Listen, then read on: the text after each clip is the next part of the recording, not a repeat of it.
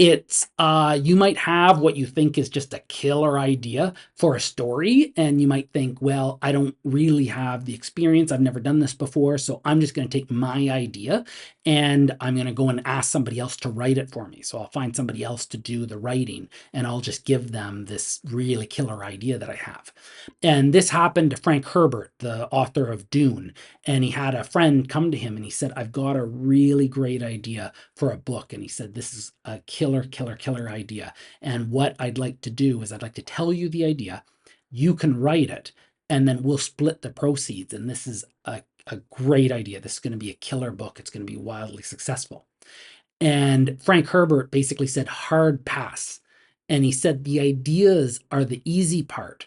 Writing the book is the hard part. And so there's no way that I'm going to do all of the hard work for only half of the benefit. Just giving half to you just for you having spent 3 minutes telling me about your idea. I personally have over 100 story ideas that I've had. Whenever I come up with a story idea, I'll go and I have an email thread to myself, and I'll reply to the thread and I'll type up quickly the story idea I had, and I haven't had the time to develop them yet. And so, like I said, I've written 4 fiction books, and I have over 100 story ideas waiting to be written into books. And so I'm still I produce story ideas faster than I can write books. And so I imagine the story idea list is just going to keep growing faster than the books that I write grows.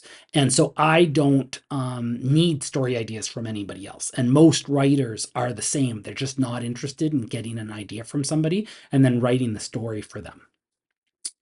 Oftentimes, writers will tell one another ideas they have, and they just don't like the ideas. So the person that you're telling your story idea to and asking them to write it for you, there's a really good chance they're just not going to think it's as good of an idea as you think it is.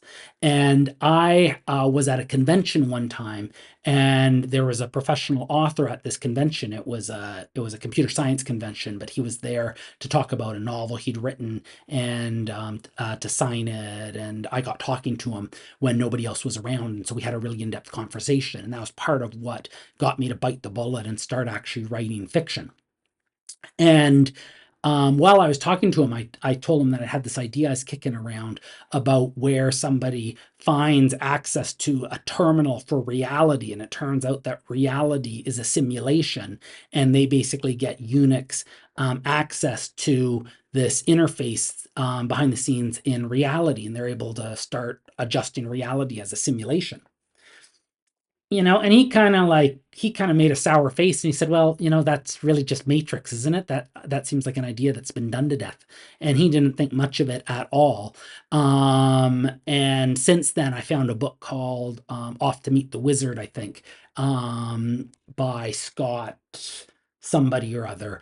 And basically that's exactly what happens in that book. And people sort of find the code behind the scenes to reality, and as kind of computer hackers, they start kind of messing with the code of reality. As we kept talking for a while, and then he told me he had this idea, and it was kind of a thriller book. And he said it was about set in modern day, and this group of people would be in this like castle, this medieval castle, and there's these like bad guys in the book, and the climax of the book is them all running around this medieval castle, and the bad guys are trying to get them, and this group of people have to take weapons, medieval weapons, out of the museum displays and everything, and fight with these bad guys with like halberds and long swords and kind of like archaic weapons.